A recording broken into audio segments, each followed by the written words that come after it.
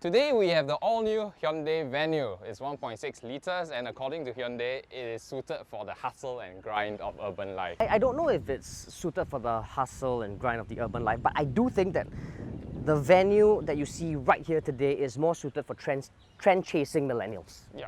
Right? I mean, it looks very hippie, it looks very trendy, it looks very current. And I think it has a lot to do with the fact that the grille up front, the mesh grille up front, is very modernized. It's unlike any other Hyundais that you are seeing today on the road. Yeah, it reminds me of the Palisade. And to be quite honest, I quite like the whole package. I mean, I like the fact that this denim color doesn't look that bluish. It has a bit of grey-green hue to it. I like the fact that the DRLs are separated from the main headlamps, and I think most important of all, they make it really funky and really trend-setting, the whole two-tone color, right? Yeah.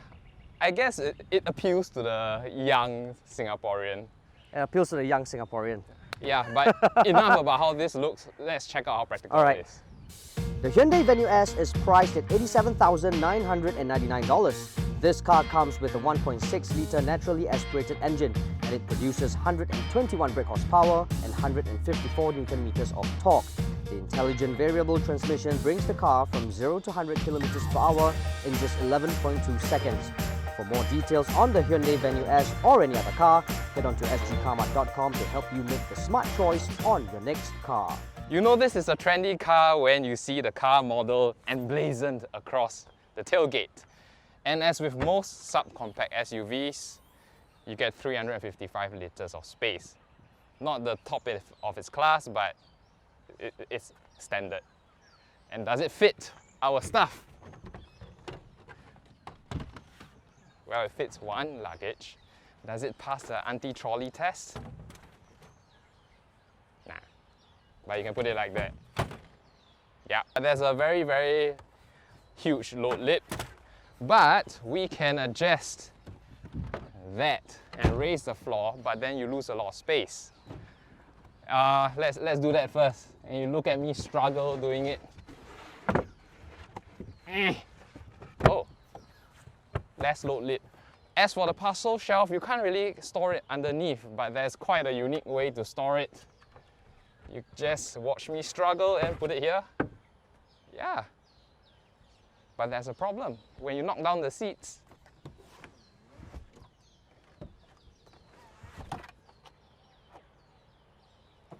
but you can put it back up.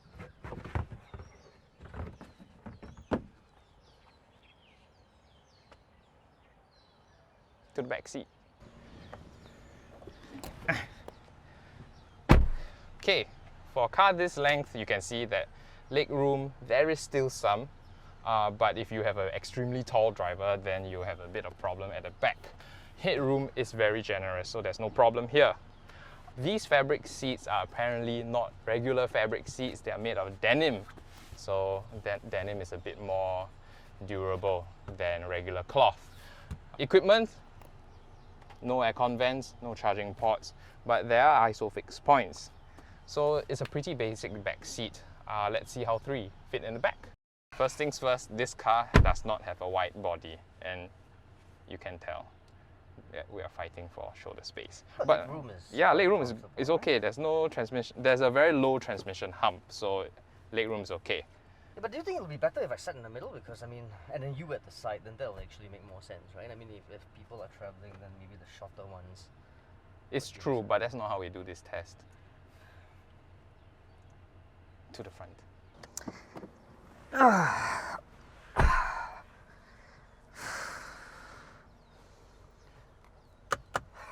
Now, the first thing that comes to mind is you realize that the cabin isn't filled with a whole lot of black stuff like most cabins would.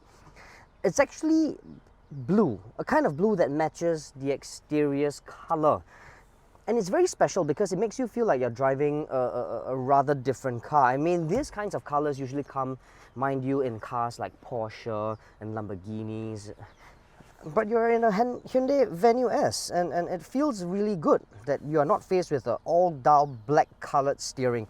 But you still know that you're in a Hyundai. I mean, it's instantly recognizable. I mean, plastics fill the cabin. That's not exactly a bad thing because it does make you feel like this car can last you good 10 years, maybe even more. Now the steering that I'm faced, the multifunctional steering that I'm faced, very straightforward, no second guess. This button right here toggles the screen. Beyond that, tells me the tire pressure, user settings, tells me the fuel economy. I can actually even have accumulated driving info. It's very comprehensive. This right here is very simple. You can't expect leather stuff. You don't feel a whole lot of like high-end leather stuff. Center stage, we have the 8-inch infotainment touchscreen system. There's even an Android Auto and Apple CarPlay as well, which we could actually test out later on while we're driving. So it feels very easy, feels very straightforward as well. No second guess, there's no lag at all. Everything you need is right here. You can adjust temperature here, but something's a bit off. Now, unlike most cars, the Venue actually separates the air conditioning power as well as the temperature from two different knobs. Is it a bit of a trouble? Not really. At least you know that there are physical buttons here, and these you don't have to control it via the 8-inch infotainment system. We have a lot of cubby holes here, 2 cup holders. This right here, my favorite, I can actually just put my wallet. That's it. And we're ready to go. Will it be any good compared to its peers? Well, there's one way to find out.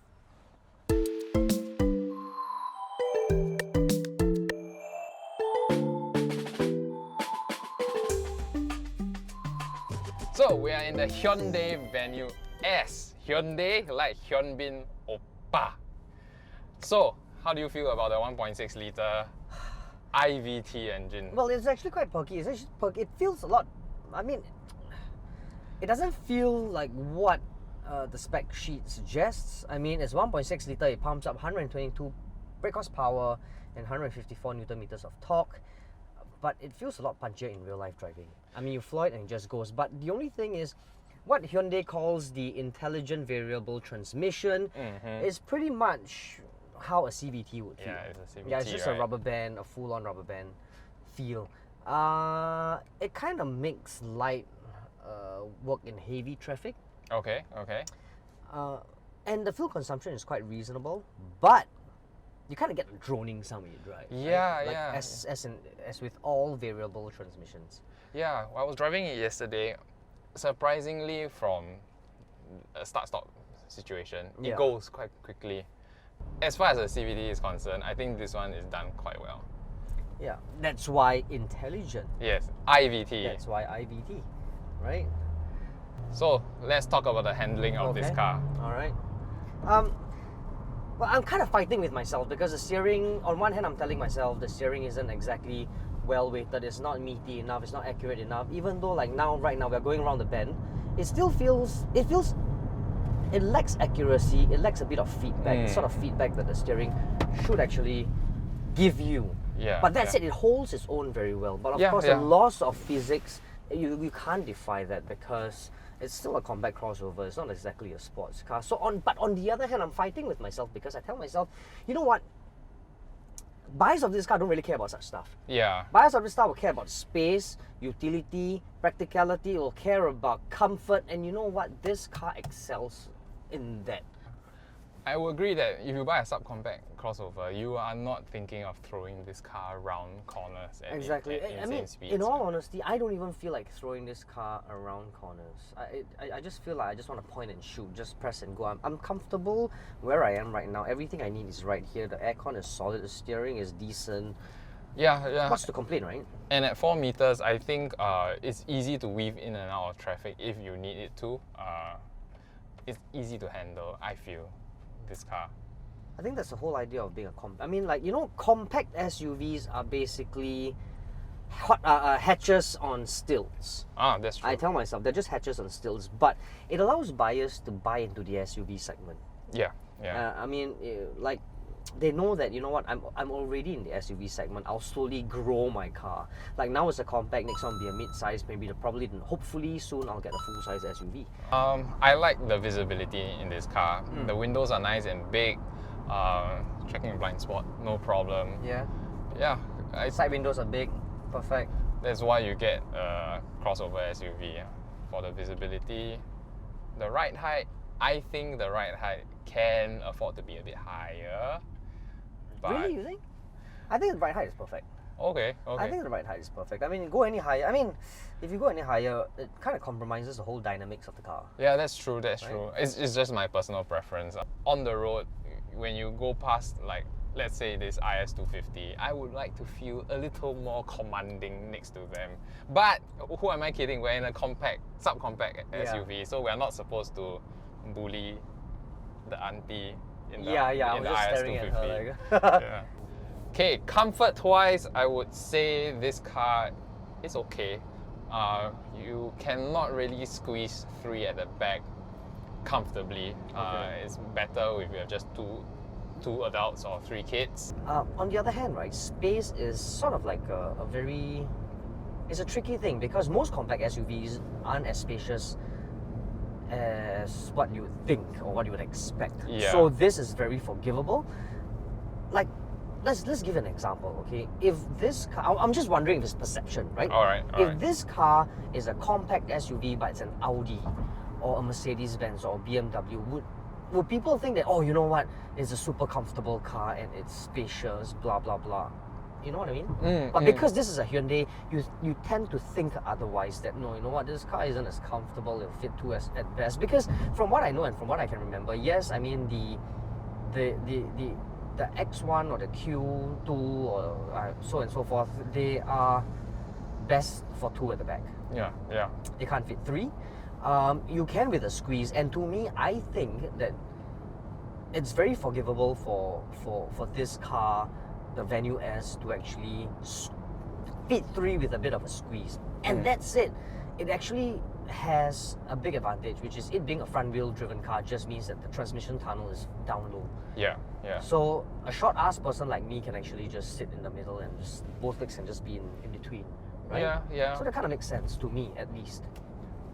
Yeah, I can't disagree with you. I think it's the whole subcompact SUV crossover category that gives people the misconception that, oh, if I hear the word SUV, It'll be spacious. yeah, I'll get a lot of space. Right? But I think they forget that it's just hatchback on stilts. Yeah, and our viewers need to know that. Yeah. So if you take a direct competitor, let's not talk about the 3 German brands, right? Let's talk about Seat Arona and the Kia Stonic. It's actually about the same size. Yeah. You kind of feel that you will actually have to sit in the bit of squeeze 3 at the back. Although I must say one of those cars is 10 millimeters wider, but it's just 1 cm. Yeah. It's not much difference. As always, we will have to decide whether or not we will buy, won't buy, or go try the car. John, do you have an answer? Yeah. I have an answer. Yeah. Yeah? Okay, in 3, 2, 1, Go we'll try. buy. Oh. Go try. Okay, why?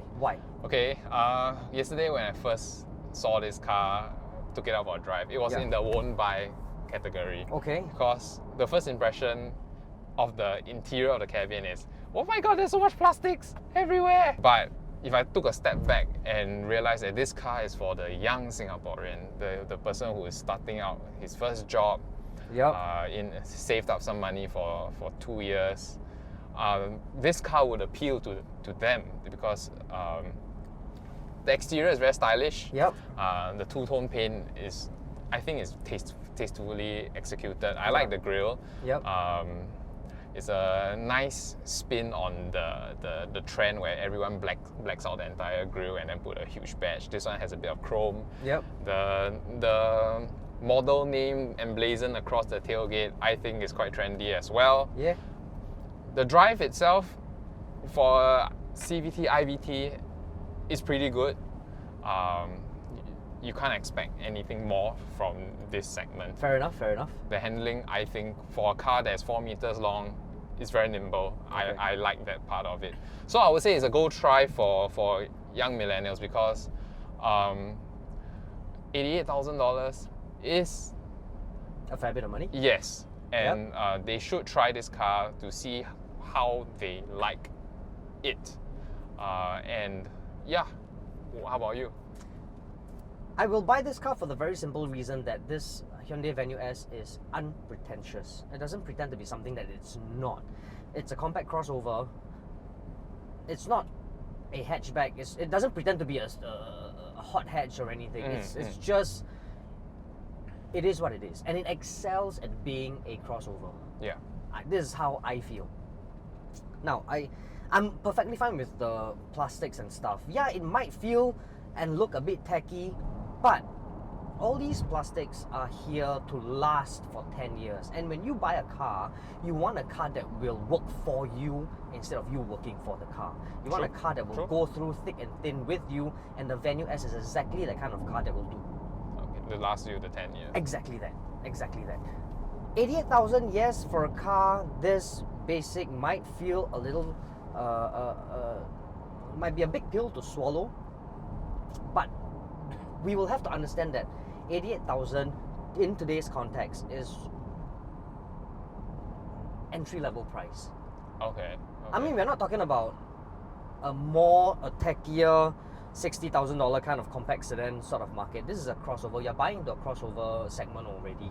Yeah. So, if you ask me, it's perfect for the young families. It's perfect for the young, hippie, trendy families of today, the trend-setting millennials, if I may. Yes, this is perfect. And I'm talking about this from a family man's perspective. All right. I think it'll fit my family perfect. Okay. Okay.